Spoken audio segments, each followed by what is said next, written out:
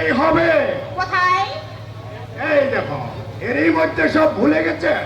আরে থিয়েটার দেখতে যাবেন বলে আমাকে টিকিট কেটে রাখতে বলেছিলেন। ও হ্যাঁ হ্যাঁ মনে পড়েছে। আপনি রেডি হয়ে থাকবেন, আমি বিকেলে গাড়ি নিয়ে আসবো। কিন্তু আজ তো আমার যাওয়া হবে না।